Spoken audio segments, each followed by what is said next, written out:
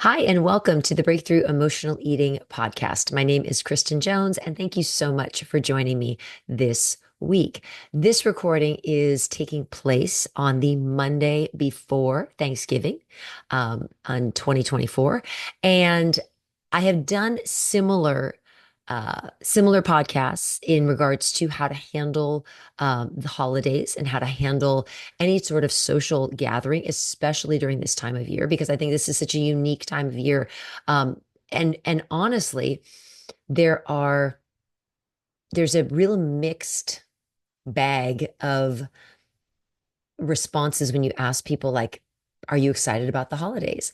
And many people, I'm realizing as I get older, there are more and more people who do not enjoy the holidays as much as they once did, or they've had events that have happened that make the holidays very, very challenging. And so, for anyone who is an emotional or overeater, or um, a person who struggles with food and struggles to be in control of their emotions around food, this can be an incredibly challenging time of year, and it can be really, really hard.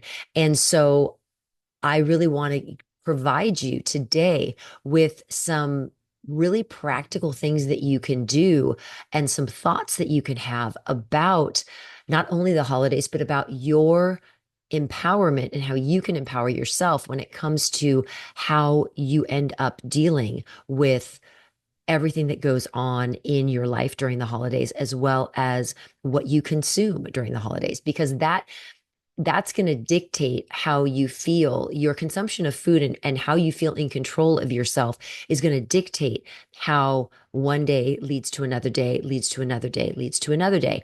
And so it is important that we get a handle on that and that you are able to kind of create some positive momentum for yourself so you feel like you can handle the holidays, regardless of really what you think of them in general. Anyway, just on a personal note, for me, this holiday season, I ordinarily very much enjoy the holiday season, but this holiday season is going to be really, really challenging. It's the first holiday, the first major holiday that we will be having without my dad and my niece. And so we lost both of them in January of last year.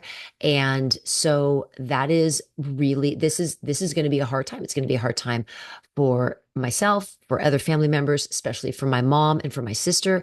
And so we really, I know for me, I have to really be sensitive to other people's emotions and other people's feelings and how I um, come into those events and how I, handle myself. So for me, this is just definitely very different. The holidays are usually something I really look forward to.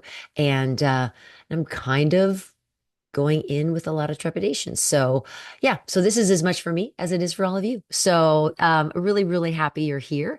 If you have not joined my Facebook group, Breakthrough Emotional Eating, Stop Overeating for Good, that group is active. I post all of my podcasts in there, and any Facebook or any YouTube videos that I do. I do a weekly YouTube video as well. I have a YouTube channel entitled Kristen Jones Coaching as well. And you can subscribe to that. I also have all my podcast episodes up on YouTube as well. So lots of information, lots of things that you can get. But I think this episode in particular is going to be most appropriate for people to listen to throughout the holidays to kind of remind themselves of what they need to do in order to put themselves in the best possible position to, wake up on January 2nd and feel really good about either maintaining their weight or possibly losing weight during the holidays. You never know. So, starting off, the the I call this the holiday eating survival guide. And so I have some basic things that I want to kind of relay to you and provide for you. So the first few things are going to be related or are going to be related to food. And so we'll address those first because food is just a very small portion of the holidays. And more so, the social interactions are the things, and the familial interactions are oftentimes the things that bring people the most angst and then cause them to eat in a way that doesn't serve them and their goals and their lives. So we'll address the food first, and then we'll get to the family piece afterwards. So the first thing that I always recommend, and I recommend this all the time, but you need to make a decision ahead of time. If you have an event coming up, an event in the evening, an event at lunch, you need to make a plan and make decisions ahead of time about how you are going to go into that particular event. So you need to make a decision, one, by looking at, okay, where is this event happening? One, or actually, where's the event happening? Do I actually really want to go? Do I know what they're serving? Do I know how how the structure of the food is going to be? Is it going to be a buffet? Is it going to be a sit down? Is it going to be just appetizers? And then plan your eating for that day around that party. I think the worst thing that anyone can do is to not eat at all day and then go to a party completely famished, have a couple cocktails, and then all bets are off. Then you end up eating way more than you ever planned on eating. And usually you're going to make the choices that are not going to be in your best interest. So making a plan and then sticking to it for that day based upon whatever the layout is, however the party structure is going to be, make that plan of how you want to eat throughout the day and then commit to that and decide this is really important to me. I'm going to make a decision about what I'm going to eat and how I'm going to eat and how I plan on eating going into whatever this gathering is. And then make that plan and then commit to it. So part of that planning is what I call being selective. Is we have to go into these holiday gatherings. We don't have to. I suggest you go into these holiday gatherings with the thought of these foods are here. Many of these foods are here once a year. You don't see them very frequently. You don't see them, but at Thanksgiving, at Christmas, at holiday gatherings. And so one of the things that I've always preached is I've never encouraged people to deny themselves, to go to a party and say, I'm not going to eat any of those things, because you may be really good at the party and not eat anything. And then you go home and you eat everything in your refrigerator because you feel so deprived. You're so angry. You feel so left out because you didn't partake of the things that you really wanted. So I encourage people to be selective about what are the things in the holidays. And this is something that you want to do pre-party. You want to think ahead of time. What are the things that really mean something to me food-wise during the holidays? What is it that really brings back positive memories, positive emotions that I feel like, oh God, that reminds me of my childhood. I really like that type of thing. I really like that hors d'oeuvre, or I like those types of foods. And you really feel compelled and you want to be able to partake of them. I don't think anyone should deny themselves. I think that just sets us up for binges later on. So really have a thought process about this. So I divide food into three categories. And the three categories are must-haves, maybes, and waste of time. Okay? So must-have, maybes, and waste of time. Those are my holiday food categories. So the must-haves, obviously, are the foods that you absolutely do not want to go without. I know, because I make it myself. One of the things that we have at we'll have it at Thanksgiving. We usually have it at Christmas as well, is this bacon dip. And it is so good. And we get those scoops, the Frito-Lay scoop chips, and you eat them you eat it out of a cast iron skillet. It is so good. I make it. I'm the one who makes it in my family. It is so delicious. And I love that. I love it. So bacon dip is definitely something I like to have. I like to have it. We also make the appetizers with the little town butter crackers, and we put bacon, and then sometimes we sprinkle uh, Parmesan cheese or brown sugar, and you wrap them in bacon, and then you cook them. Oh my God, y'all, if you haven't had those, they're so good. Those are amazing. Love those.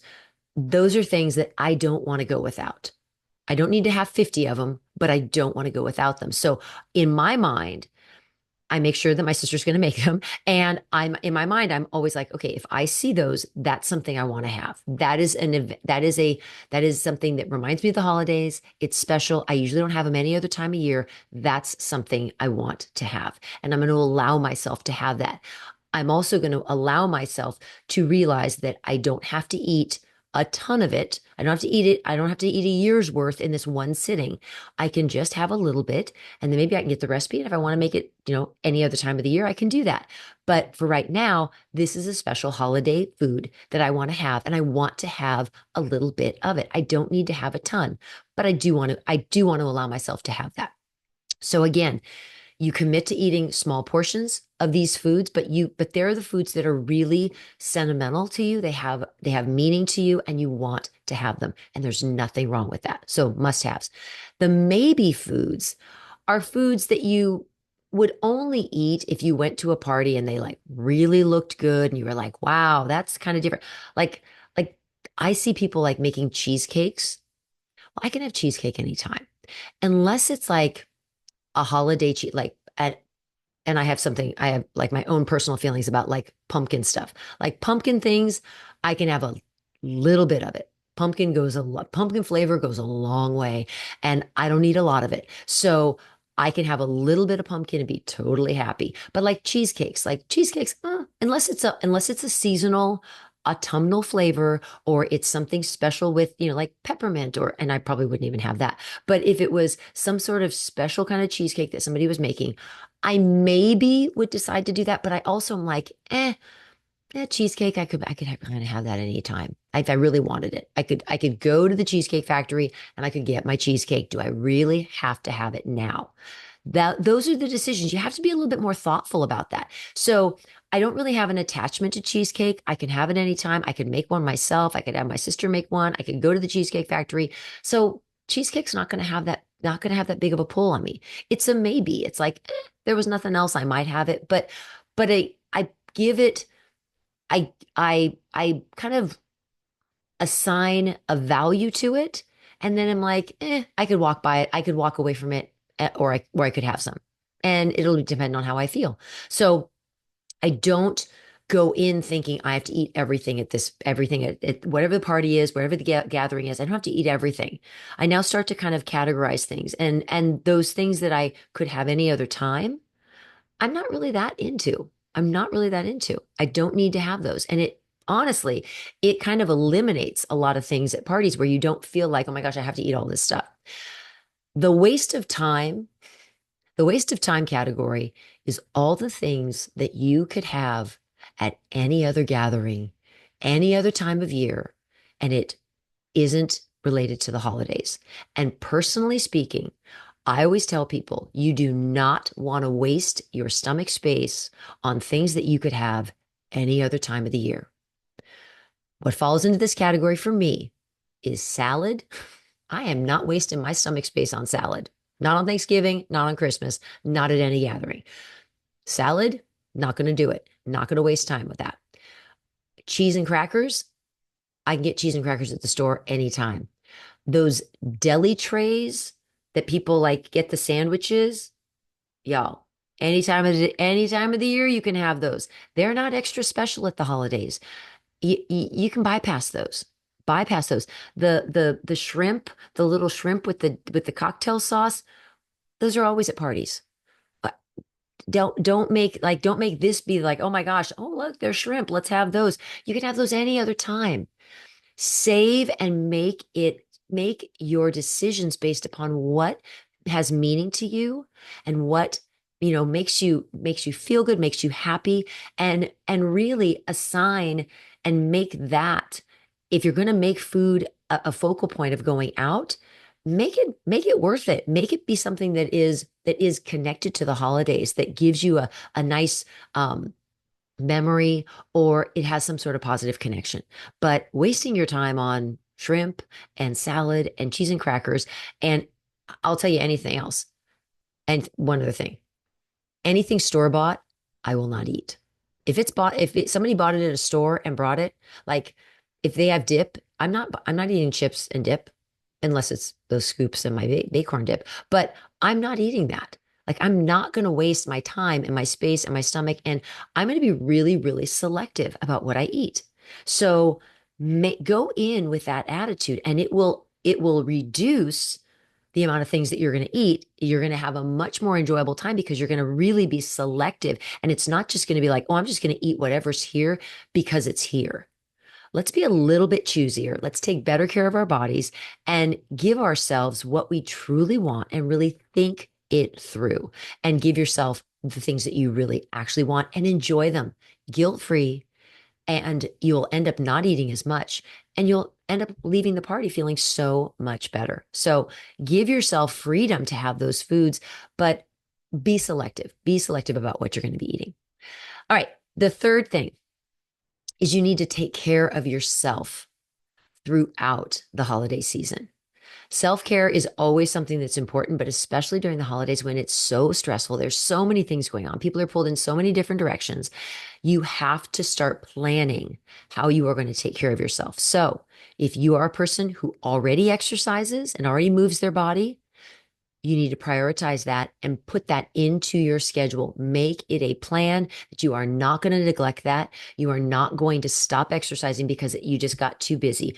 You need to make sure you maintain your schedule, maintain your routine, because routines sometimes during these chaotic times are exactly what we need to ground us, to make us feel good, and to keep us focused on what our goals are. So if you are a person who exercises, you maintain your exercise regime. You make sure you put that in your calendar. You have it time focused, time, planned where you can get exactly what you need taking care of yourself.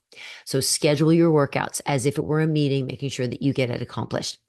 You also want to plan time for special things that make you feel good. Oftentimes, people are so focused on, oh my gosh, I have got to buy these gifts. I've got to buy gifts for everybody else.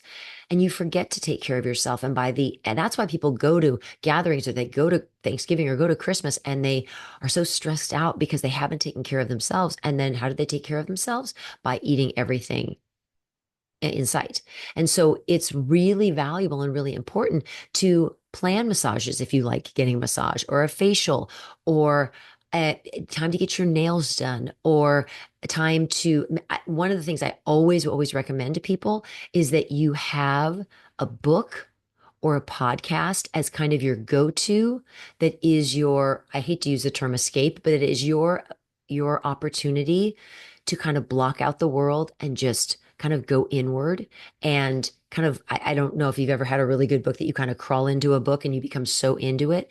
A podcast can be the same way, but allow yourself to have those little breaks away from all of the chaos and give yourself that gift of that book or that podcast or that playlist that just takes you away, makes you happy, puts you at ease, de-stresses you, and allows you to be able to kind of recharge yourself so you can go back to being all the things you need to be for everybody during the holidays. You have to be there for yourself first before you can be there for anybody else.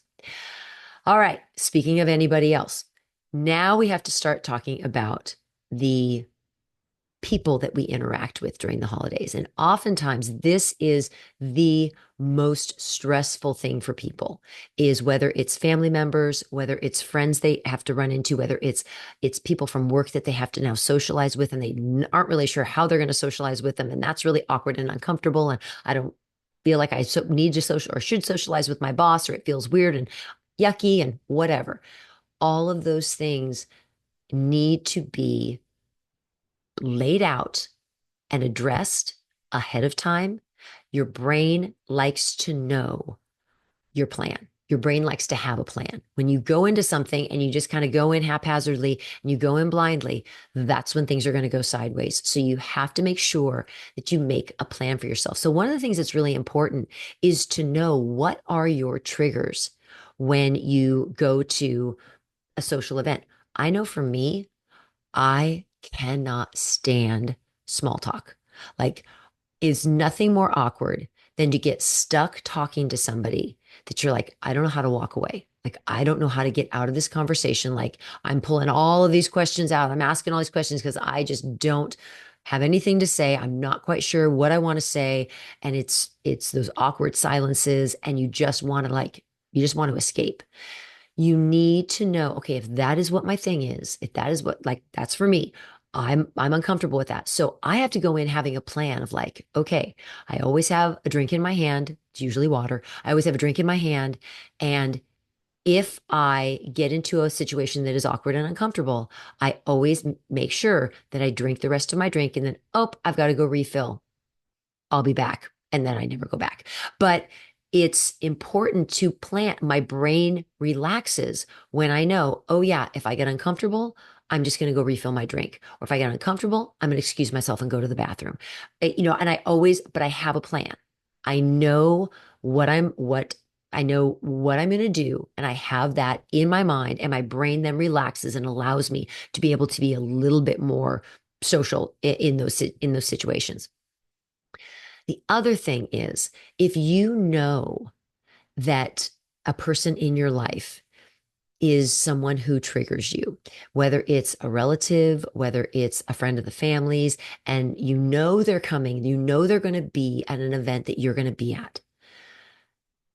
The one thing that I would highly, highly recommend is that you remember that people in general don't change.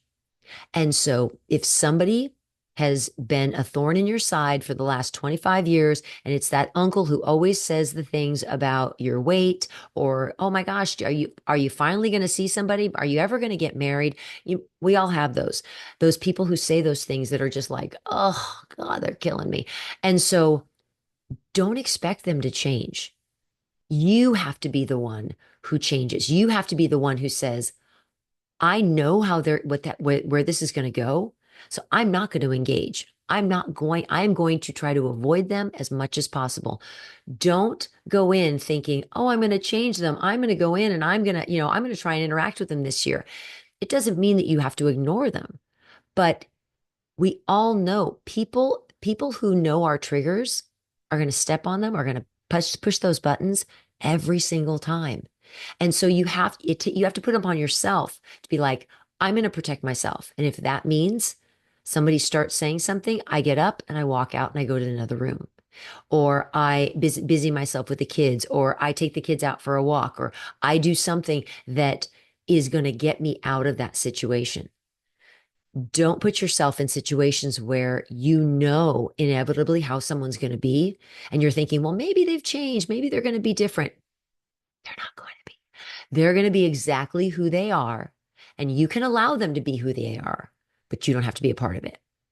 So having that plan of when the conversation goes in this direction, that's when I get up and I go into the kitchen and I start helping, or I ask if I can set the table, or can I take care of one of the babies, or let me go take somebody for a walk if somebody's crying and crabby, whatever it is.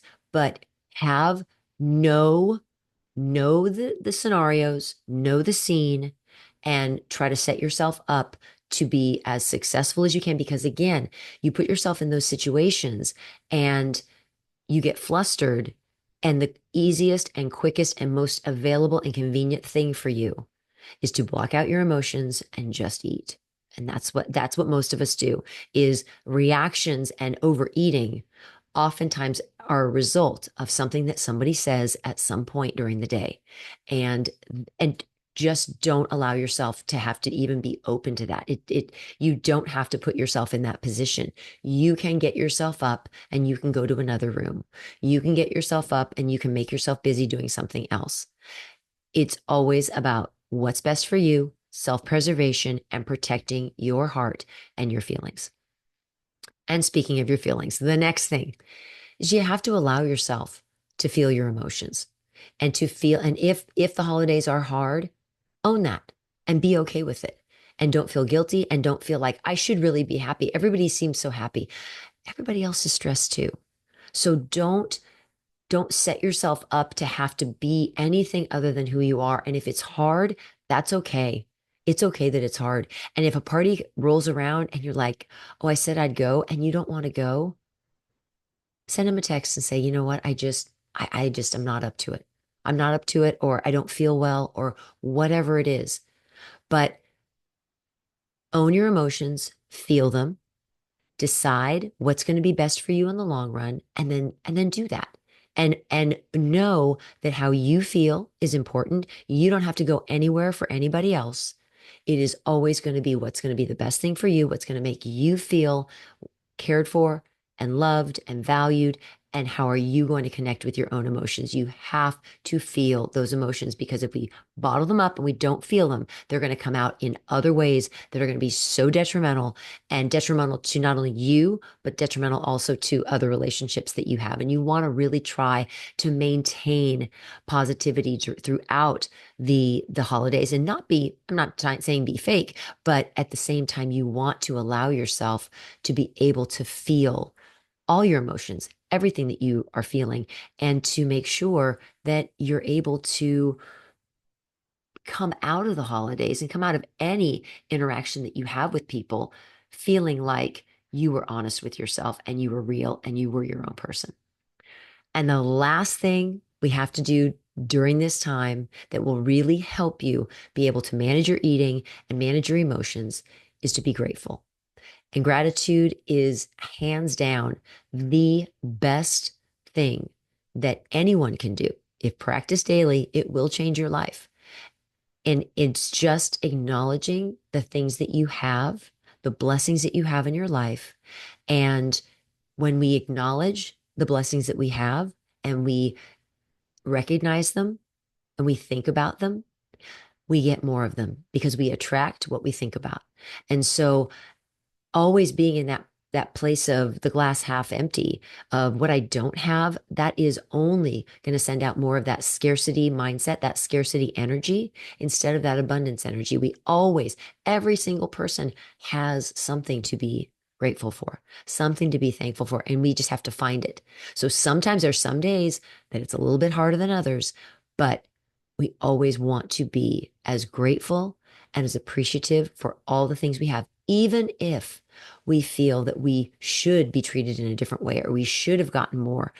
It's it's just accepting and knowing where you are and knowing what you have, because again, what you have will expand when you are appreciative and when you're grateful, and it just makes you feel better. It just brings that positivity, and it's not toxic positivity. It's legitimately being grateful for all the things that we have, because as I sit here in my home and I look at my dog, who oftentimes makes me insane, but I'm so grateful. I'm so grateful for him and his place in my life. I'm grateful for where I live. I'm grateful for you. I'm grateful for having this podcast, having my business, and and and I just sometimes forget those things. So it's important to always remember every day, daily gratitude, counting your blessings and being appreciative, not just because it's Thanksgiving, but all the time, making that a daily part of your life. It will absolutely change your life. And it is something that will help you be able to be at peace with where you are on any kind of journey you're on any type of goal setting journey that you're on, but especially on a weight loss journey. We always want to make sure we're appreciative and grateful for where we are today. So I hope these tips have given you some ideas of some things that maybe you can do in going into your events and making sure that you're prepared, that you have the right mindset, that you decide this is how I want to handle it. We want to always go into any of our events and any of our gatherings with what are some and it's not looking for negatives. It's just being aware of what are the potential triggers and how do I want to respond to them? How do I want, and then committing, this is how I'm going to respond. This is what I'm going to do. And give your brain that plan, because it will relax once it has that plan. So make sure that you kind of think things through and go in with that grateful attitude of appreciating everything that you have, but having a plan for how am I going to handle things? How am I going to handle this event? And then go in, execute, honor yourself, give yourself those festive holiday, foods that you love, and then make it the best gathering that you can make it, avoiding those people that possibly could be landmines for you. So I hope I hope this has been helpful. I hope everyone has an amazing holiday season. And again, We are all so blessed. We have so many things in our lives that we can be thankful for and appreciative of. And so, starting with that, starting with gratitude, will always make every situation so much brighter and give you something to really, really focus on that will uplift your lives, your life, as well as the lives of those people around you. I hope you have an amazing holiday, and I will see you all next week. And take care and have a good one.